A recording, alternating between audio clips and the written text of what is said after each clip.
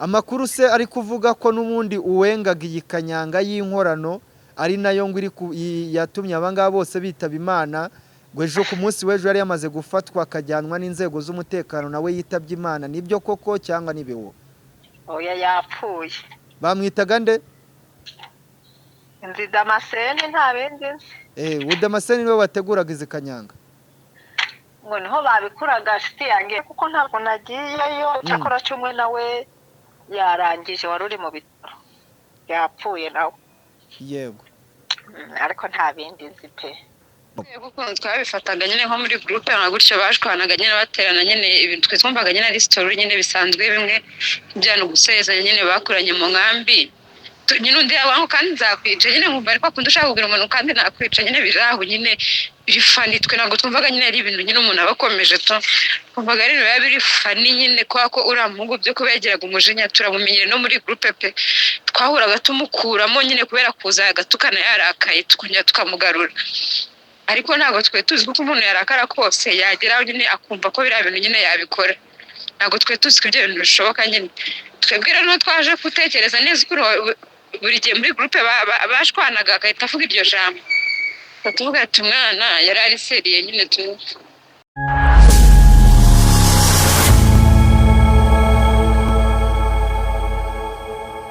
reka nkusuze kandi nkwifuriza gukomeza kugubwa neza wowe tubana umunsi ku wundi mu biganiro tugenda tubagezaho ahangaha kuri Huza 250 TV. Nizere ko umeze neza cyane aho uherereye mu bice bigize igihugu cyacu, wowe uri mu majyepfo, uri mu majyaruguru, uri iburasirazuba ndetse nawe uri iburengerazuba. Nizere ko umeze neza cyane, tutibagiwe nawe uri hagati mu mujyi wa Kigali, wowe uri muri East Africa hose muri rusange, nawe uri mu ntara yacu ya gatandatu y'aba diaspora. Komeza kugubwa neza cyane wewe wakanze subscribe ahangaha kuri Huza 250 TV, kandi ni nacyo gengo wowe utarakanda sub mbe nkugira inama yo kubikora, kuko hari igihe wazagerageza kubikora abasabu baramaze kuzura, ariko ni n'iby'agaciro kuba wabikora kugira ngo tujye tubana mu makuru tugenda tubagezaho agiye atandukanye. Murabizi ko imbere ya kamera bari Emi Kabaka nk'ibisanzwe, ariko nkaba nkunda kugendana na mugenzi wanjye tubana umunsi ku wundi. Abagiye yarambwiye ati ibintu byo kugaragara kuri kamera mu myaka igiye kuba 12 ariko ati ngewe sinzigera ngaragara kuri kamera, buretse ninzajya nk'ahantu kuri tere hakaba hari umuntu wafata nkagaragara mu ishusho rye, ariko kandi akaba nawe avuga ngo iyo uwo muntu amushyizemo nawe hari igihe amwitura kuba nawe yazamugaragaza undi muzi. Ngire ngo muramuzi, yagiye aca ahantu heshi cyane hagiye hatandukanye, yagiye akorana amadega n'inshuti yanjye bita Bureze. Ubwo nimvuga Bureze abantu murahita mumwumva umunyamafuti Ewana. Bureze nawe ari mu bantu bazwiho amadega menshi cyane, bamwita Emilie. Murabizi ko ari we tuba tubana umunsi ku wundi ahangaha kuri tekinike. Emilie wafuraho? Yego. Bimeze bite? Ntako bimeze. Ntako bimeze gute? Ntako bimeze rwose. Ntako bimeze gute? Ntangiye kwiheba. Utangiye kwiheba gute? Ufite ikihe kibazo? Utangiye kwiheba kuwa kane, nagiye uno munsi turi kuwa kane. Ntegereje ko weekend igera tukareba ko kandi abasimu dutangira weekend kuwa kane. Reka nitumara gukora ikiganiro wenda barabugorobye byari byo. Bivuze ngo wowe aka kanya ntago uri shu. Ntago ndi shu. Bivuze ko aka kanya dukoze ikiganiro saa 9 saa 12 ziragera umuntu. None se tuvuge ko aka kanya turi mu kiganiro. Ubu bita kuri Star Motel. Uzi neza niba weekend uza kuyitangira cyangwa uzayitangira ejo kuwa gatanu. Wowe no munsi bundi abasimu benshi ngo batangira weekend kuwa kane tu nibwo batangira kwenjoyinga. Ejo abakozi ba leta kuwa gatanu usanga ari bwo bo bagiye mu ki nibwo bayitangira. Urabizi ko bajya no mu gasport nyuma ya saa 6. None se bimeze bite mwana? Handi ni sawa cyane. Biragenda ariko. Biragenda umwaka ndabona turi kwirukankana. Umwaka se ujyana ugeze hagati cyane. Amezi 2 arirenze. Amezi 2. Ese mu mezi 2 ubageze kuki? Nsigaje amezi 9 cyangwa na amezi 10. Nibwo nzamenya icyo nzaba nagezeho. Bivuze ngo mu mezi 2 nawe nta n'ikintu uranateganya. Opportunity ziri imbere ntago ziri inyuma mu byo tumaze.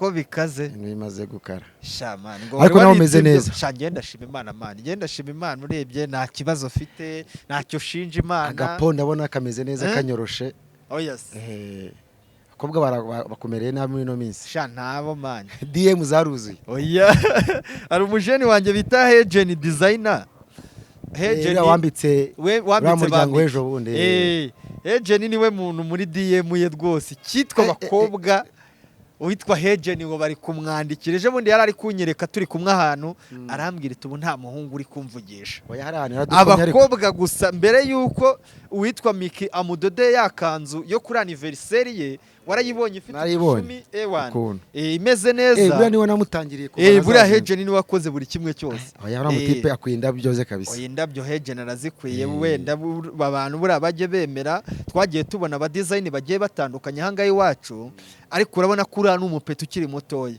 ura dushimire na Miki dushimire Miki kuba buriya iriya nindi seva bashyize kuri ya mupeti irindi tafari hari abantu benshi batari bamuzi kandi aracyari umusore aracyari mutoya sibyo kuba Miki nyine yaravuze ati ngewe reka nizere n'umwana w'umusore sibyo reka nizere uyu mwana w'umusore urumva agaporomota buriya we yashatse kubanza kubishidikanyaho ati uyu muntu nzaniye utumwizere ariko buriya abagore buri umugore buriya mu rugo hari ikintu akubwira akakubwira ati rwose akadomo aha muri uwo mugabo ugahita uvuga ati nta kibazo buri umugore ushobora kumugurira ikintu ati simberewe ariko ubwe cyagishimye cyayashimye ibyo mwambaye biba ari sawa cyane oya hariya cyane oya rwose Hegen niwe muntu ngo muri ino minsi niwe muntu ngo umeze DM ye niyirimo abakobwa gusa undi bamwita umusore wanjye Cool Magique Benovia we naramubwita inyuma yo kuva kuri stage umwami wa stage yego nyuma yo kuva kuri stage kwa The Ben urumva buriya njye nguwa du story ho dutoya uwitwa Papa Cyangwe yigeze kwimwa collabo na Bruce Melody byarabaye uzi ikintu yayimwimiye se ni muri cyagiye n'ubu Bruce ari yashininga ariko ni cyagiye cya hit Bruce afite hit ku yindi hit ku yindi Papa Cyangwe akiri hasi none ni cyagihe cyo kwa Papa Cyangwe n'ubundi akiri muri Rock Entertainment nawe urabizi ko yashininga arameze neza afite amahiti noneho Bruce Cyangwe amwaka collabo kandi Cyangwe yasaga nkaho akiri mutoya Bruce zijambo yasubize Papa Cyangwe yaramubwita ingwaye collabo wahita udwara sida n'umutezi mu nyurabwenge ubwo bishatse kuvuga iki ko numva yazimijemo ukuntu ati ingwaye collabo wahita udwara sida n'umutezi bisobanuye ko yamuha collabo nyine urumva ibyana urabizi ko ibyana n'ubundi abana b'abakobwa benshi babashagarira abasani sibyo babashagarira abasani benshi cyane waramubwira iti rero ibi bintu ntago nahita ngo wahita aka kanya nabikwifuriza ko wakwangirika iyo ni true story tu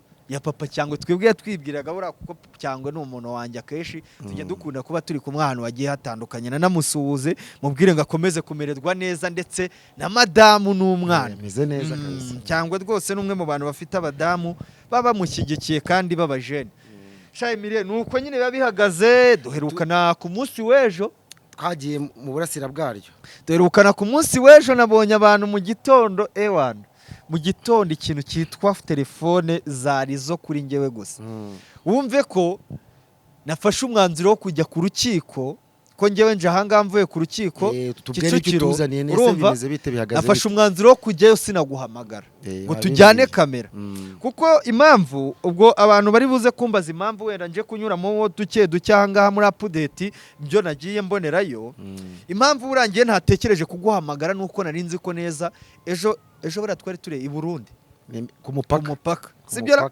cyane twe turi za Burundi uko najyaga kubona no muri telefone nkabona sinyare nkabona ndi gufata rezo z'i Burundi hari n'abantu bamwe bagendaga bamamagara bakambwira ati se ntago uri mu Rwanda uwafatishaga rero impamvu nagiye buriya ku rukiko nkavuga ati reka njyeyo ndebe buri kimwe nkurikirane nze guhuza nkore akantu nyine gato nze kubinyuramo nuko nzi neza ko ejo twatashye unaniwe wenda akazi nyine na ejo twatashye unaniwe bro iriya zuba ryo mu burasirazuba koko ejo twatashye ikintu cyitwa izuba njyaho nari ndi mu modoka hari igihe cyagezeho mfata igikapu kirimo ibikoresho ndakikinga izuba ryaranyishe uribuka ko ejo turi gukora inkuru nakubwite waretse tugakorera mu gacucu nakubwira ati mu gacucu kihorere dukorere rimwe izuba rigukubitira rimwe ejo ryaranyishe urumva hanyuma se tekereza ahantu ejo nanyweye fanta 3 zikonje kandi ubusanzwe utanywa fanta oya ndazinywa have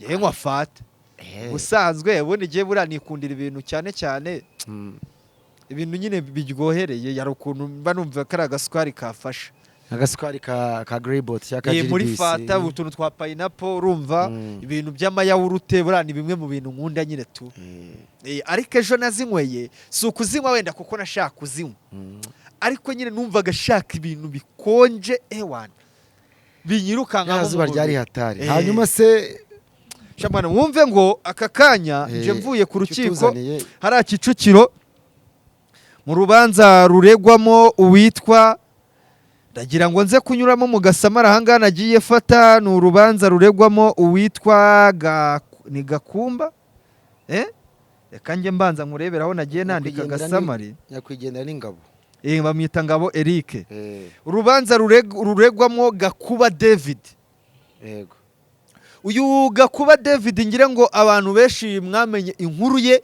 ni inkuru yasakaye ku itariki 20 ngira ngo uze kundebera ku itariki 20 na zingahe 24 ariko byabaye ariko iyi sayini saga yabaye ku itariki mu ijoro ry'itariki 22 ibera mu kabari kamwe ahangaha Kicukiro Green Lodge urumva aho uyu nguyu Gakuba David yaje kugonga uwitwa Eric Ngabo akaba yari umuvandimwe we yari inshuti ye mu buzima busanzwe akaba ari umwana bareranywe sibyo kuko abangaba babanye mu nkambi hariya ya Gicumbi yego urumva baza kuhava berekeza muri Leta Zunze Ubumwe za Amerika ni naho babaga kuri no munsi ngo bari urumva abangaba baje mu Rwanda baturutse muri Leta Zunze Ubumwe za Amerika ariho babaga bose ndagira ngo nkubwire ko uyu nguyu bita Gakuba David ari we waje mbere i Kigali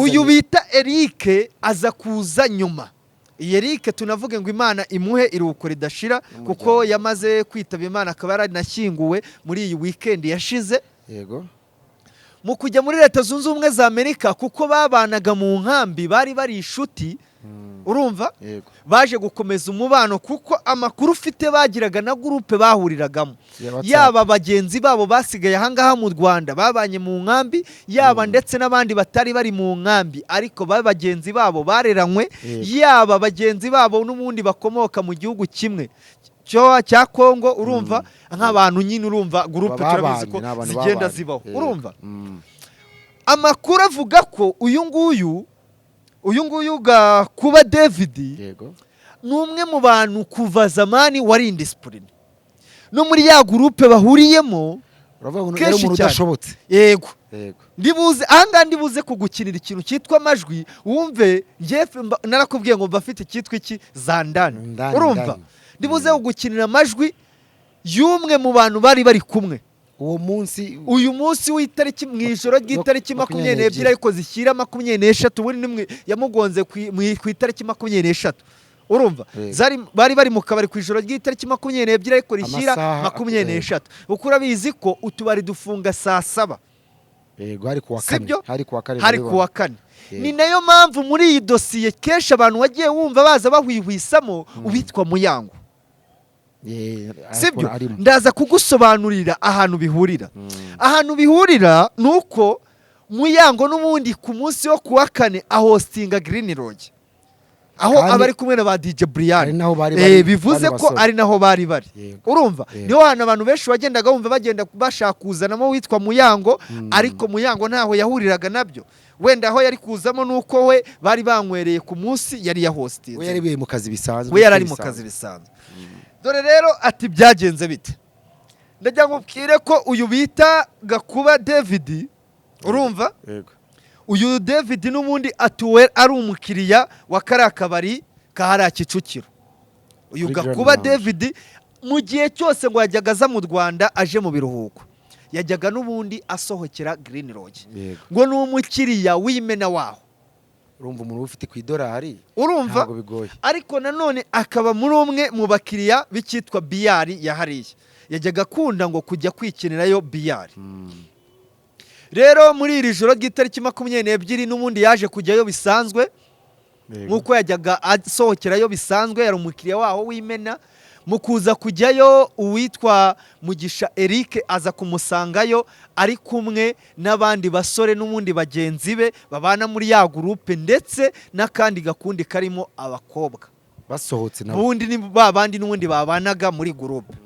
baje kuhagera baza gusanga uyu nguyu David ari muri VIP ngire ngo abantu muzi neza icyitwa Green Lodge urumva Green Lodge igira ahantu hatandukanye hari abantu baba bari kunywera hano imbere kuri kontwari ari naho ba DJ baba bari imbere yaho sibyo abo bitwa ba Brian ndetse n'abadesabe na ba Muyango ariho baba bari kubyinira sibyo hakaba agace ko hepfo y'ahandi aba DJ bari haba harimo abantu b'ingagari urumva baba VIP ariko ba bantu baba bahagaze akeshi ubusanga nta kijyanye n'intebe kirimo cyane cyane aba ari abantu nyine n'ubundi bashaka kunywa bivayibingira ariko ari ba bantu baba VIP hakaba n'igice cyaho winjirira cya Green Lodge n'ubundi kirimo intebe z'imisego nako kaba ari agace twakita nk'ari VIP cyangwa se VVIP iyo ari wamukire akeshi njya mbona bitwa ba Prophet Joshua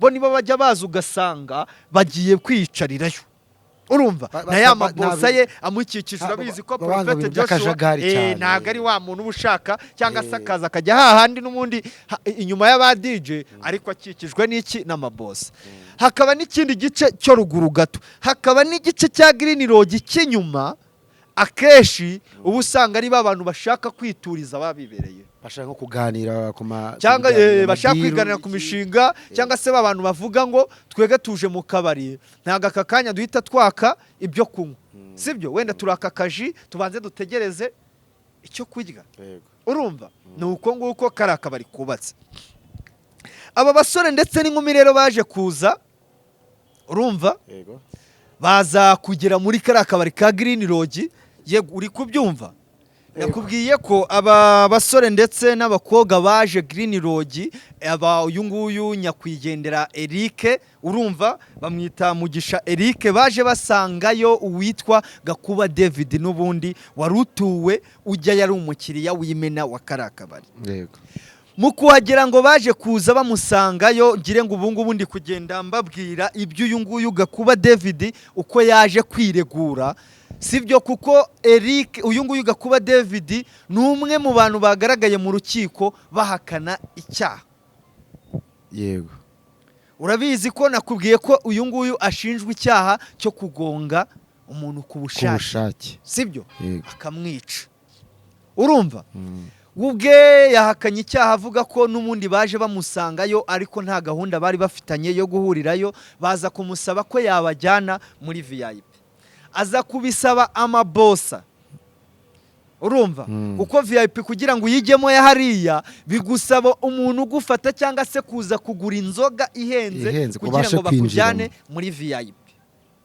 uyu nguyu yaje kubinjiza Eric ndetse n'aba bagenzi be bazanye bakigeramo baza gusaba inzoga y'ibihumbi 120 uri kubyumva yego babandi bari bagezemo nibo basabye inzoga y'ibihumbi 120 babantu bazanye na Eric yego babantu baje basanga uyu nguyu David uyu David nawe aza kwaka inzoga ihwanye n'ubundi n'ibihumbi 120 aza kongeraho ibindi bihumbi 8 by'amazi totali yose ubwiza kuba ibihumbi 228 248 yego 248 ubwo bantu baze kumbabariraho gatoya urabyumva neza mu masaha yo gutaha isaa 7 n'ubundi zigeze saa 7 saa 6 n'igice zigeze uko nguko saa 7 zegereza urabizi ko babanza kunyuramo bagenda batarishyura baka amafaranga mbere yuko saa 7 urumva nago uzafata umuntu uri inyuma n'umuntu uri imbere muri VIP uri VIP n'ubundi aba ari umuntu wiyubashye sibyo kumwishyuza nyuma nta kibazo kiba gihari urabyumva neza Yego rwose. baje kujya kwishyuza babaha ya fagitire uyu nguyu witwa Eric Mugisha ndetse na ba bandi bazanye bashaka kuza gukwepa ya fagitire Kwa ya fagitire batanze yose yego ya fagitire kandi yose. bazi bakayikonsoma. Yego uwabishyuje uwabaserive aza kuza kubwira uyu witwa David Kariwazi mu kabari ari nawe wabinjije muri VIP ariwe bagomba kwishyuza. aza kumubwira ati aya mafaranga ni wowe nyabaza. Urabyumva neza? Yego. David ndagiye ibi bintu ndi kugenda nkubwira niko we yagiye yiregura Abisobanura. mu rukiko Yego. ayisobanura.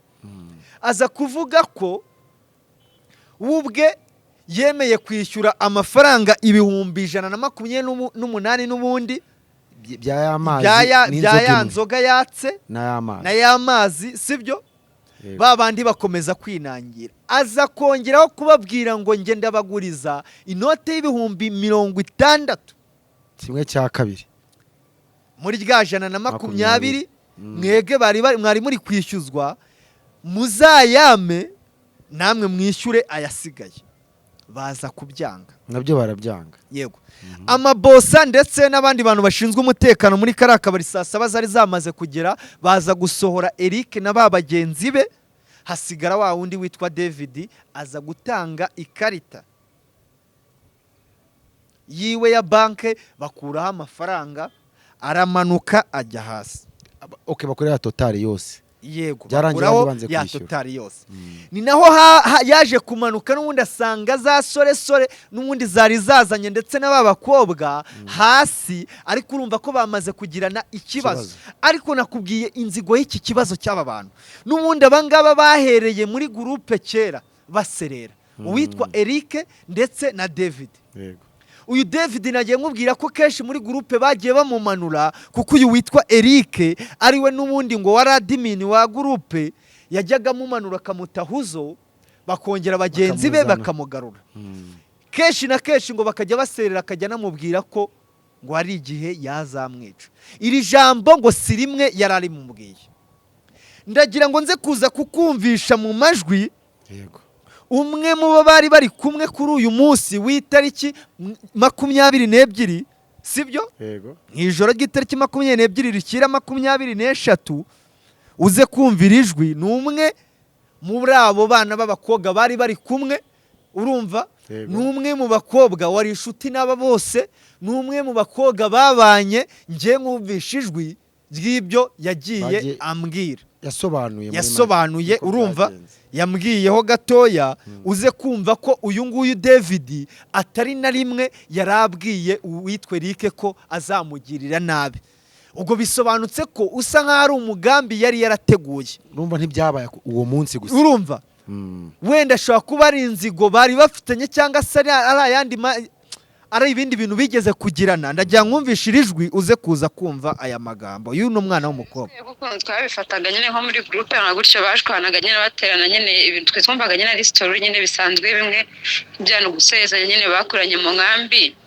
Nyine undi abantu kandi nzakwica nyine nkumva ariko akunda ushaka kugira umuntu kandi nakwica nyine biraho nyine birifanditwe ntabwo twumvaga nyine ari ibintu nyine umuntu abakomeje to twumvaga ari biba biri fani nyine kwa ko uramugo byo kubegeraga umujinya turamumenyere no muri groupe pe twahuraga tumukuramo nyine kubera kuza agatukana yarakaye tukongera tukamugarura ariko ntabwo twe tuzi ko umuntu yarakara kose yageraho nyine akumva ko bira bintu nyine yabikora ntabwo twe tuzi ko ibyo bintu bishoboka nyine twebwira no twaje gutekereza neza ko buri gihe muri groupe bashwanaga agahita avuga iryo jambo tuvuga ati umwana yari ari seriye nyine tu ya rero ikintu kiri kubera hano i Kigali Kicukiro gusa ntabwo turamenya ibyo gushyingura uko bimeze. Wabyumvise? Aya namwe mu magambo yimwe mu nshuti zabo yantangarije kuri uyu munsi ku itariki 23 urumva z'ukwezi kwa mbere nyuma yuko ibi byari byaraye bibaye uwitwa David n'ubundi agonze Eric. Ndagira nkubwire ko n'ubundi mu mashusho yagaragaye uyu David yagonze Eric ariko ntago yamugonze wenyine. Bavuze ngo yagonze iki? Bari babiri bari bafatanye ariko agenda ashaka uwitwa Eric undi aza kumuhushura nawe arakumbagurika agwa ku ruhande. urumva mu makuru namenye neza ko uyu nguyu David n'ubundi yahise agerageza gucika nyuma yo kugonga Eric, urumva yaje kugenda yafatiwe ahitwa za Kabeza, nanone yaje kwihamagarira polisi nyuma y'uko imodoka ye imugamanye, imodoka itangiye gucumba umwotsi igiye gushya. Yaramugonze muri make, yaramugonze n'ubundi aragenda asa nk'ucitse, ariko aza kwihamagarira polisi ageze Kabeza, urumva aya ni amakuru ngiye namenye neza. Ndagira nkubwire ko ubwo yamaraga gucika uyu nguyu ngiye twiganiriye yambwiye ko banagiye bakaza kujya kurebera ku Gisozi. Uyu nguyu David yabaga no ku Gisozi muri aparitoma. Naje kumenya amakuru yuko aparitoma n'ubundi atanayishyuraga n'igihe kinini, yishyuraga icyumweru cyashira akazongera akishyura ikindi. Ayo ni amakuru nagiye menya. Ndagira nkubwire ko rero uyu nguyu David n'ubundi mu rukiko ari guhakana ibyaha, akavuga ko, ndagira nkubwire ko n'umwe mu bantu batangiye mu rukiko ubwo yahabwaga ijambo asaba imbabazi umuryango wa Eric ndetse n'abanyarwanda bose muri rusange, n'abantu bose babanye mu nkambi ndetse n'abakongomani bose, yatangiye asaba imbabazi, ariko avuga ko ngo yabikoze atabigambiriye. Turi buze kwibaza ngo ese ko mu mashusho yagiye ngo agaragara hariya yakafashwe na kamera, ngo bigaragara ko uyu David yagiye akamushura akaza no kongera kugaruka akamugonga bwa kabiri. Mu mashusho bigaragara ko mu mashusho ngo bigaragaramo, ariko we akaba ari kubihakana ngo ntago yamugonze ku bushake. Turi buze kwibaza ngo ese ntiyamugonze ku bushake gute, kandi uyu nguyu Eric yari yagiye akaza kuva n'ubundi ari ku kabare gasiga David akagenda. David ari mu modoka kuko David n'ubundi yamanutse nyuma yabo, bo bari bamanutse mbere, David aza gusigara mu kabari hejuru ari kwishyura, aza nyuma. Ni gute atamugonze ku bushake kandi wenda abantu ntibaze kuvuga ko ni kumucira urubanza, kandi bigaragara ko yagiye amusanga? Aho niho hari akabazo kakabaye gasobanuka. Ako kantu tuze kukibazaho. Ibyo rero ndagira ngo ngiye nkubwire ko ibyo ni bimwe mu bigiye mu byo nagiye numva mu rubanza, ariko nizeze n'abantu ko tuzagenda tubakurikiranira mu yindi minsi uko bizagenda bigenda. Iki kintu nta nubwo shaka kuza kukubwira ko tuza kugitindaho, ndagira ngo tuze kwikomereza, ahubwo ninjira mu zindi update, ikaba ari nayo nkuru no munsi yari nzinduye narinje kubwira abantu emiri. Umunsi w'ejo n'ubundi ndagira ngo uze kubwira abantu aho twiriwe. Iyi nkuru yurayizi neza. Twarahabanye ejo cyane rwose. Yego, twari turi kumwe saa 9 za mu gitondo, ndumva kuva saa 9 za mu gitondo ejo twari turi ku rugamba ewan. Twe twambariye urugamba. Ndagira ngo nze kubwira abantu n'ubundi ku munsi w'ejo twari twiriwe hariya mu karere ka Bugesera, sibyo? Mu karere ka Bugesera mu mudugudu umurenge ni Ruhuha, ni mudugudu wa Rebero, akagari ka Kindama, umurenge wa Ruhuha, mu karere ka Bugesera, hafi na Burundi rwose. Yego, hariya ku munsi w'ejo niho twari twiriwe, ku nkuru twari twazindukiyeho ejo n'ubundi ku itariki y'ejo yashize ya tariki enye, ariko ni inkuru yatangiye n'ubundi ku itariki 3.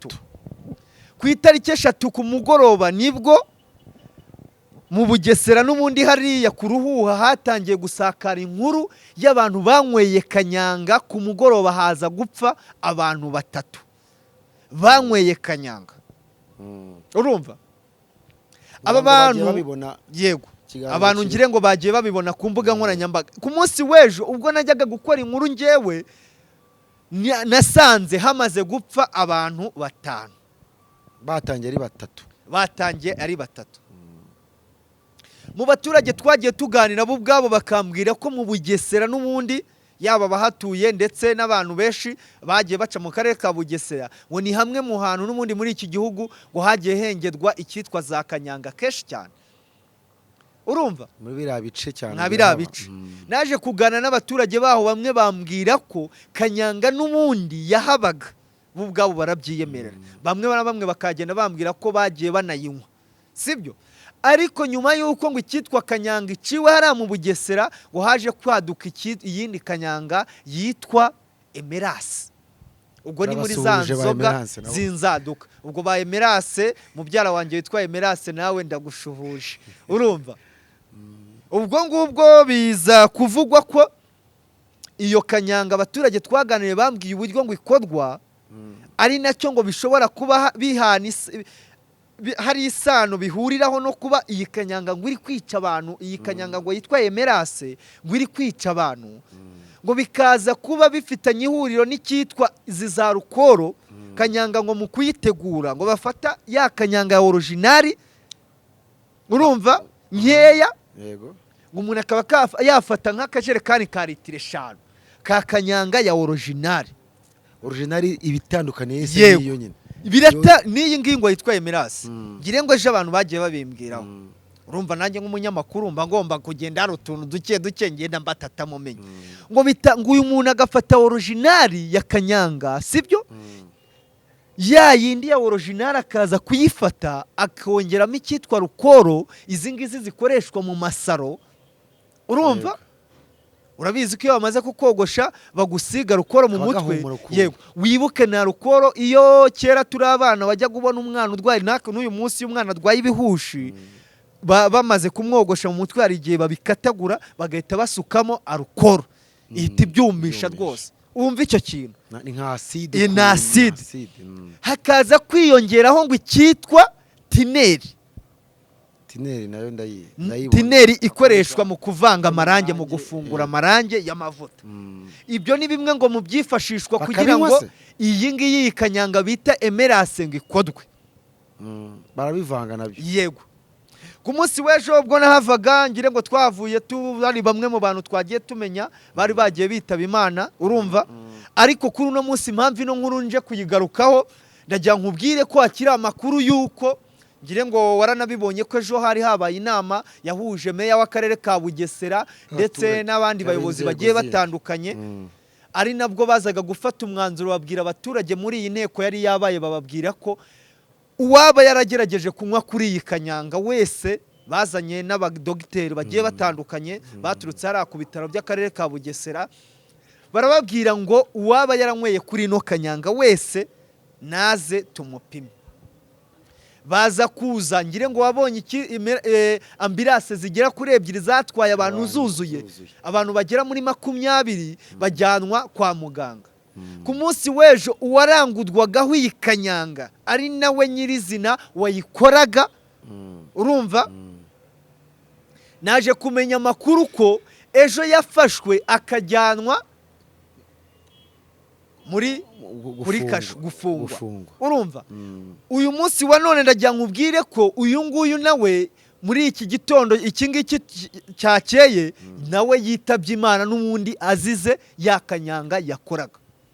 Yafashwe ejo ajyanwa gufungwa, mu gihe abandi mu banyweye kanyanga bagiye bafatwa bakajyanwa mu bitaro. Urabizi ko hari n'umuntu twaganiriye, hari aho twageze bamaze gufata umusore nawe wayinyweyeho, urumva, ajyanwe kwa muganga nawe amerewe nabi, urumva.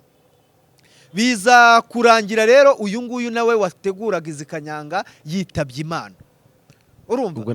Mu makuru ndi guhabwa n'abaturage bari hariya, yaba bafite bamwe mu miryango yabo bari mu bitaro, yaba abandi baturage babuze ababo, bari kumbwira ko hari abantu n'ubundi barenga 20 bari mu bitaro nabo ngo bamerewe nabi. Ngire ngo urabizi no mu mamejo twaganiriye, musaza we wari wagiye nawe bajyanye mu bitaro arembye, yambwiye ko muri iki gitondo cyo kuri uno munsi aribwo bamukuyeho bomboni nawe atarameze neza. Reka mpamagare undi mubyeyi ejo twaganiriye n'ubundi nawe uri hariya, ntago yabura bimwe na bimwe agenda nangariza. Kandebe nimero yiwe ahangaha kabisa, ndabona ewana ngiye.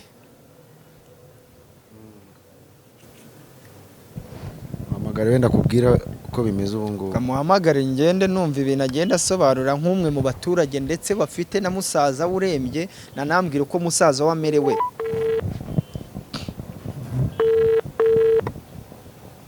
Allo? Mwiriho mama wanje? Wiriwe. Mumeze neza? Ego. Gicamunsi cyiza. Ego. Nari nguhamagaye ndi mu kiganiro. nk'umwe mu bantu ejo nabashije kuba nafata nimero zabo, ariko nanone ukaba uri umwe mu bantu bafite umwe mu muryango wanyu nawe urembeye, ku munsi w'ejo yajyanwe mu bitaro nawe arembye, bivugwa ko nawe yanyweye kuri kanyanga iri kuvugwa mu karere ka Bugesera iri kugenda ihitana abantu. Ndagira ngo uze kumbwire se ko ni na musaza wawe. ngo uvugane Nagira ngo nkubwire, nagira ngo umbwire se musaza wawe nawe ejo ko twavuye aho ngaho yajyanwe mu bitaro, uyu munsi wa none amerewe gute? cyameze nabi. Aracyameze nabi n'ubundi aracyari mu bitaro. Yego, none se nk'umuturage n'ubundi uri aho ngaho uri kureba buri kimwe kiri kugenda kibera aho ngaho, ku munsi w'ejo twabonye ko hari abantu bagera muri 20 bajyanwe mu bitaro. Hari amakuru ari kuvuga ngo ko hari abandi baba bamaze kwitaba Imana nyuma ya 5 ejo twahavuye bitabye Imana. Ndagira ngo utubwire nk'umuturage ufite amakuru ubizi neza, hamaze kwiyongeraho abandi bangaye bitabye Imana.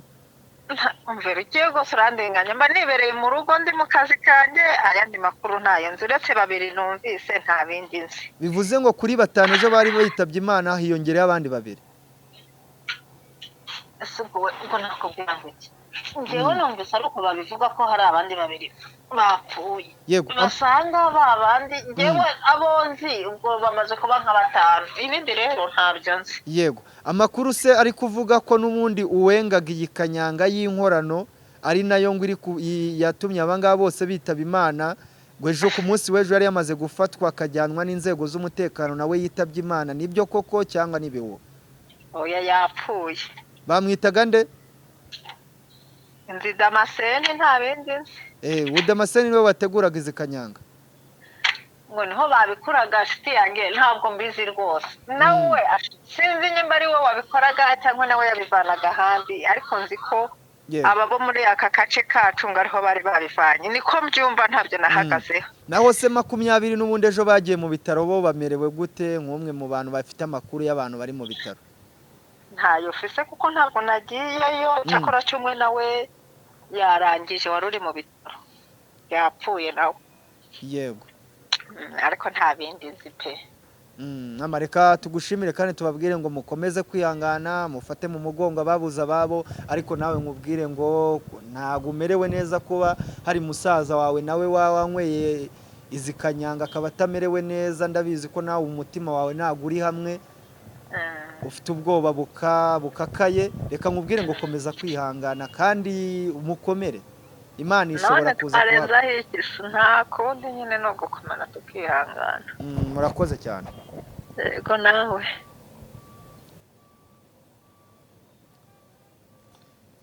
Ngayo nguko.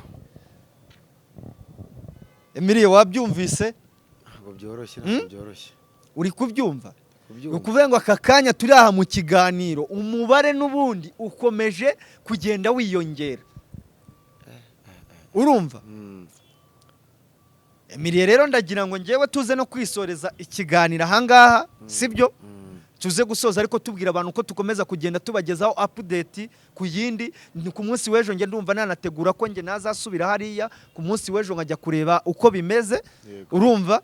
Rero soza abantu mbabwira ko nta handi hantu ho kuba wasohokera haba hameze neza, wibereye cyane cyane ahangaha mu bice bya hano bahita za mu Kigali za Noruveje, witegeye cyitwa umujyi wose ushaka akaviyu kameze neza.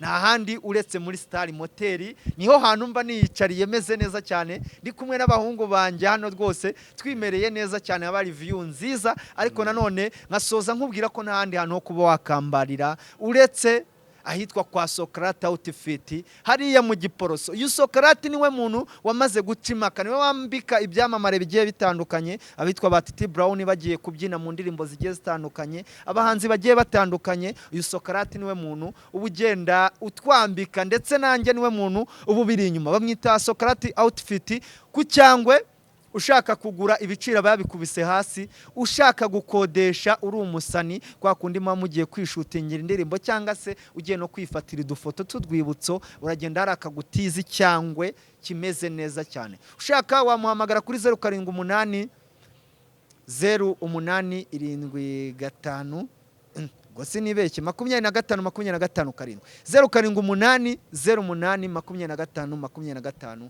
karindwi. Bamwita Sokarata Outfit yaba kuri TikTok ndetse na Instagram. Ikindi nakubwira uri mu bice bya Zaremera cyangwa se muri ziriya ce uri mu karere ka Gasabo, nta handi ho kuba wasohokera uretse The Midnight Vibe. Aha niho hambere hamaze gucimaka kwa bosi wanjye Baraka. The Midnight Vibe niho hambere mu Gisimeti usohokera ukagenda ukamererwa neza, hagirira vibe nkuko hitwa ni vibe. Ikindi kuri babantu bashaka gukoresha anniversaire, mbibutse ko dufite ahantu hameze neza twabicaza n'abantu bawe barenga 100.